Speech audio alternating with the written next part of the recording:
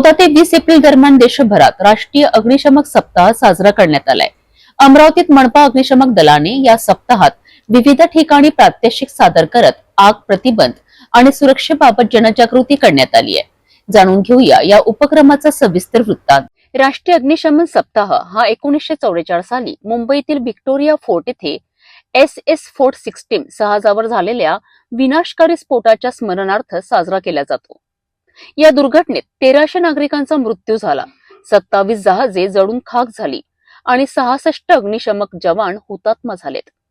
त्यांच्या शौर्य आणि बलिदानाच्या स्मृतीप्रित्यर्थ दरवर्षी 14 ते 20 एप्रिल दरम्यान हा सप्ताह साजरा होतो।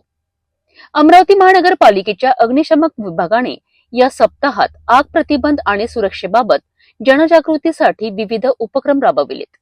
18 एप्रिल रोजी जिल्हा सामान्य रुग्णालय आणि जिल्हा शल्य चिकित्सक कार्यालय परिसरात मुख्य अग्निशमक अधिकारी लक्ष्मण पावडे आणि अग्निशमक अधीक्षक संतोष केंद्रे यांच्या मार्गदर्शनाखाली प्रात्यक्षिके सादर करण्यात आली।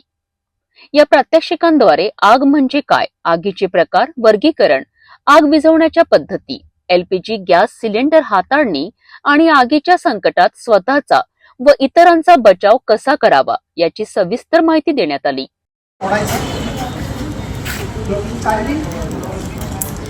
एक पाय पुढे घ्यायचा आणि आठीवर एक ठेवायचा आता आणि दाबायचं। ओके, ठीक आहे, दाब या।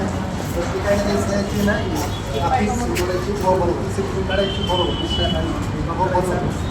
एक पाय पुढे घ्या, हळूहळू हा, ये कंट्रोल वाला आहे तुम्ही। फायरमन अमोल साळुंके, योगेश ठाकरे, योगेश साबळे आणि वाहन चालक गौरव फुके यांनी याबाबत मार्गदर्शन केले।